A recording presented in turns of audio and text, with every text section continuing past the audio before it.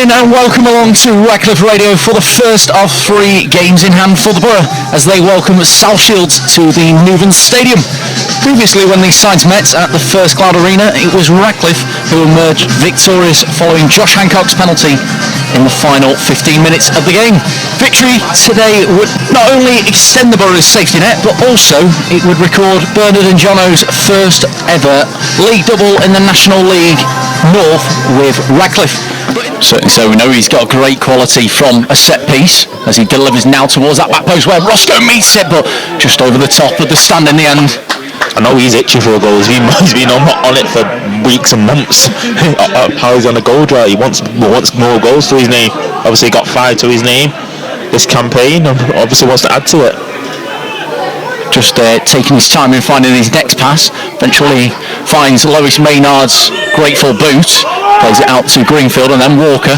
Walker with a bit of a hospital pass and now Blackett strikes it straight off to the body of Roscoe, and Radcliffe will clear it upfield now, where Dudley will come away with possession, and now Duxbury over on this left-hand side looking to cross into the South Shields half and does successfully, riding the challenge of Jenkins, still going towards this byline, plays it across the face of goal and it's stabbed home. I believe it is by Danny Greenfield, or is it George? I think it's George Glendon.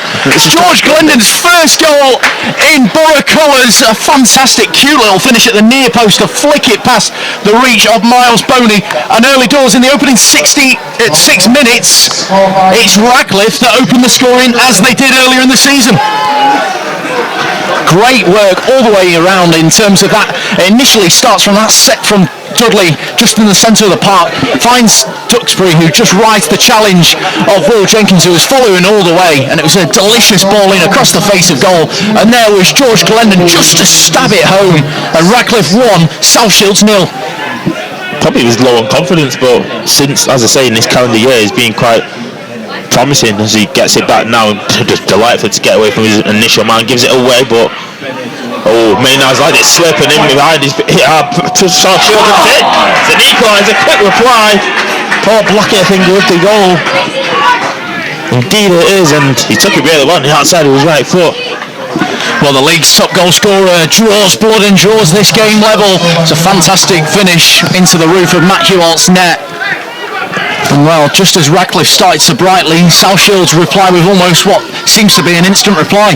Yeah, a matter of minutes in between the 2 goals, 3 minutes in between, 6 and then the 9th.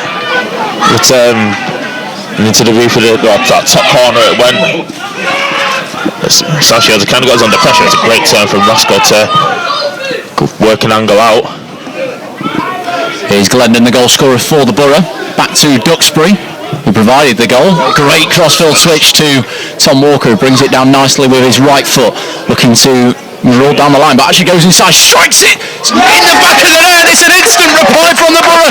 2 minutes later, from distance, once again 25 yards out was Tom Walker, who unleashed another thunderbolt off the post. Miles Boney couldn't keep it from crossing the line, and Radcliffe have got their 2-1 lead once again. Keniski? Tom Walker, 17. Yeah, it was. We saw him do it a matter of weeks ago where he's picked the ball off on that right hand side, ducked, cut inside and let off an absolute worldie that week, and then this week he's hit it low, hard and low, and Miles Boney couldn't keep it out in off the post like you said, and Radcliffe back in front, and only a minute between those 2 goals. And then completes a 1-2 with Briggs. Now to Heaney, steps away from Greenfield, but then runs into Walker, who can clear away, but South Shields can pick up the second ball, and now they look to come forward down this left-hand side via Heaney. Nice little step past Hume, now sets it at the feet of Jenkins, who's looking to strike a shot off on goal. Great intervention from Maynard, who forces it behind for a corner, and it was a vital interception as well. Yeah, obviously we're sat behind this goal, and you can see that looked like it was arrowing into the same corner where Paul Blackett found only a few moments ago. Square pass for Briggs once more. Now at the feet of Jenkins, who has his head down and is forced back to Broadbent. before it's returned, just inside the Radcliffe half, clips the ball over the top towards Hughes, and it will reach him just outside the penalty area. Delivers not a bad looking ball in, it'll be cleared away in the back post before it can end up in the back of the net by Brad Jackson. Great defending after there was an intervention from Roscoe. It was goal bound as well, but great interception from Jackson. Radcliffe not out of danger just yet as Colby Shepherd's got it from this throw-in, and it'll be played in towards the mixer, but it'll evade everybody and go out of play for a throw. But what an interception from Brad Jackson, as it looked like it was going to be destined to be 2-2 and level once again. Yeah, he spoke obviously about Brad Roscoe getting a touch on that one, and obviously he's been credited with the own goal against Marine last week. Now with Carson towards Jenkins. Jenkins looking to drive forward, goes back out towards this left-hand side for Hughes, who gets a good-looking ball in across the face of goal, but the flag is up against Kyle Crosley. So had it have ended up in the back of the net, as it looked like it was going to be, the goal wouldn't have stood, and the decision ultimately is an indirect free kick in the favour of the Borough. Crosley just venting some of his frustrations in the direction of Matthew Scholes, just protesting that he was onside. Further down the line for Duxbury to take, deep inside the Mariners' territory. Takes it infield to Dudley, who steps past his man nicely before setting it back out to Scott Duxbury, who chops back inside and chops the other way again, delivers in the ball towards that back post. Tom Walker! Oh, it's just headed across the face of goal, a good shape to it, but in the end, just a long way wide. I thought he'd nestled that one in towards that far corner. It's basically the classic where you head it back where it's come from type of header, and that's exactly what he's tried to do, but it's just rolled across the face of goal rather than, as I said, nestled in that far corner. Goes for the crossfield switch himself out towards Duxbury, who's been the only successful man to execute it. And he looks to maraud forward once again, rights the challenge of Jenkins. Turns to Hughes inside out in the penalty area. Now delivers it across the face of goal. Reaches the back post for Walker. Sets on the place for Greenfield, but long way over the top in the end, and it's a wasted opportunity for the Greenfield there, Anton. You can see that was always going to keep rising. He had like a slight bobble to it. It's one of them. He's had this, I don't think he's led back. He's just got underneath it too much and sent it over into the ponding behind the Neuven and behind this main stand. But yeah, against Scott Duxbury, doing Scott Duxbury things down that left hand side. Here is Roscoe marauding forward to Dudley, turns past his man beautifully and then sends the ball to Glendon. Glendon trying to just turn past his man, but in the end runs into a number of South Shields bodies and they're able to clear via Jenkins, but Duxbury heads on to the feet of Greenfield down this left hand side, just almost at pedestrian pace coming forward. Now just steps inside. Nobody really getting anywhere near him for South Shields before they go back out towards the left hand side for Duxbury once again across the face of goal. Hume, it's in the back of the net, and Radcliffe now have extended the lead from 1-2, and it's successive goals from Jordan Hume.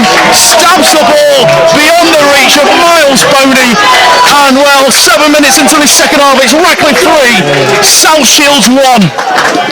We'll see, Scott Duxbury's got a hat-trick of assists, mate.